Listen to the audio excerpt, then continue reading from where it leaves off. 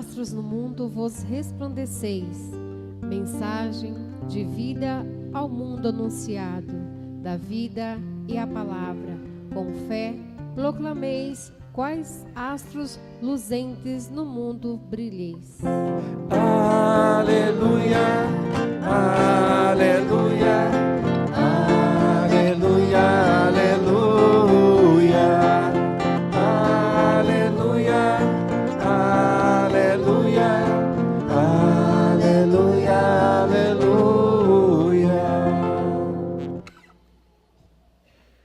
O Senhor esteja convosco. Ele está no meio de nós. Proclamação do Evangelho de Jesus Cristo, segundo Mateus. Glória a vós, Senhor.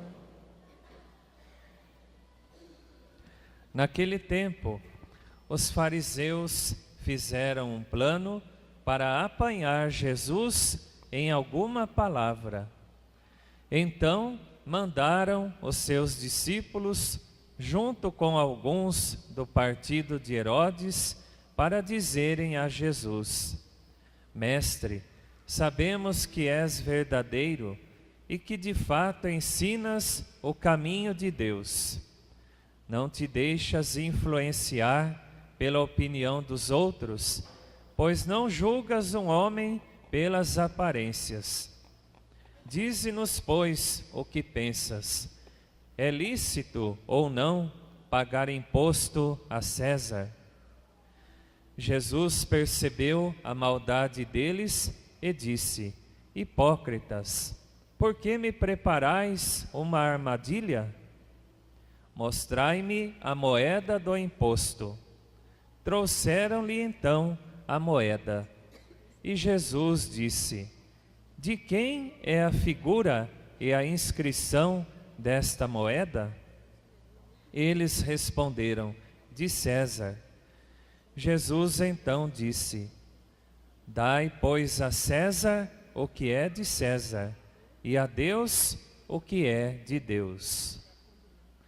Palavra da salvação. Glória a vós, Senhor.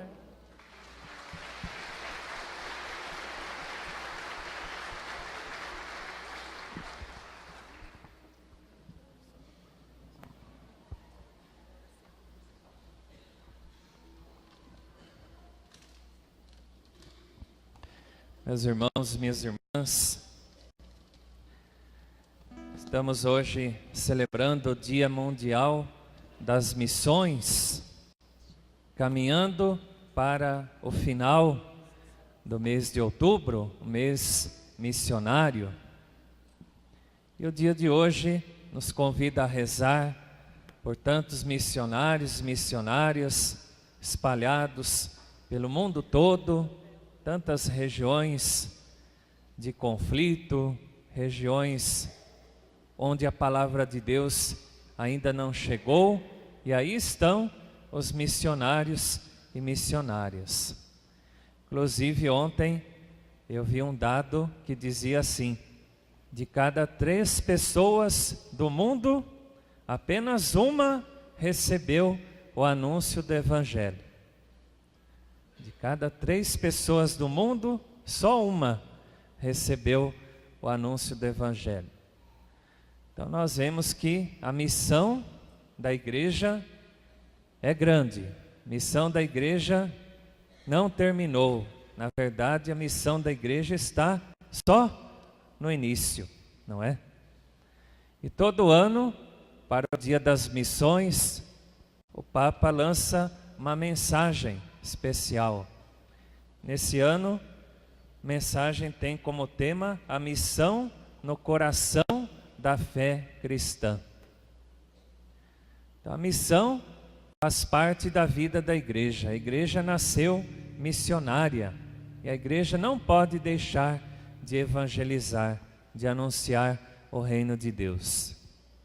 E quando nós falamos dos missionários e missionárias, lembramos daqueles que estão em terras de missão, mas lembramos também que cada um de nós é um missionário e uma missionária do reino de Deus. Todo batizado, todo cristão, na família, no trabalho, se encontrando com as pessoas, deve anunciar Jesus Cristo, deve anunciar a palavra. E nesse ano, na mensagem do Dia das Missões, o Papa destaca o papel da juventude. Hoje nós celebramos aqui no Brasil o Dia Nacional da Juventude. E o Papa diz para nós: os jovens são a esperança da missão. A pessoa de Jesus e a boa nova, proclamada por Ele, continuam a fascinar muitos jovens. Como é bom que os jovens sejam caminheiros da fé, felizes por levarem Jesus a cada esquina, a cada praça, a cada canto da terra. No dia de hoje, nós rezamos na intenção dos jovens que sejam realmente missionários e missionárias do reino de Deus. Ninguém melhor do que um jovem para evangelizar outro jovem, não é? Ninguém melhor que uma criança para evangelizar outra criança. Ninguém melhor que um adulto para evangelizar outro adulto. Então a missão é de todos nós. E nesse domingo, a palavra de Deus que nós escutamos lança esta pergunta: qual é o lugar de Deus na nossa vida? Será que Deus está em primeiro lugar? Ou será que nós já substituímos o lugar de Deus? Na primeira leitura, nós vimos que quem conduz a história é Deus. Quem conduz os fatos do mundo, os fatos da nossa vida, é Deus. O mundo, infelizmente, anda complicado, com tantas dificuldades, tantos problemas, mas a palavra de Deus nos fala que Deus não perdeu o controle sobre o mundo. Deus governa o mundo, Deus conduz a história. E às vezes Deus nos surpreende. Ele se utiliza de pessoas ou até de fatos que a gente jamais pensaria ser possível. Ele se usa disso para fazer o bem. Nós vimos na primeira leitura o rei Ciro, que era um rei pagão, não temia a Deus, mas foi justamente esse rei que trouxe o povo de Deus que estava escravo lá na Babilônia, exilado.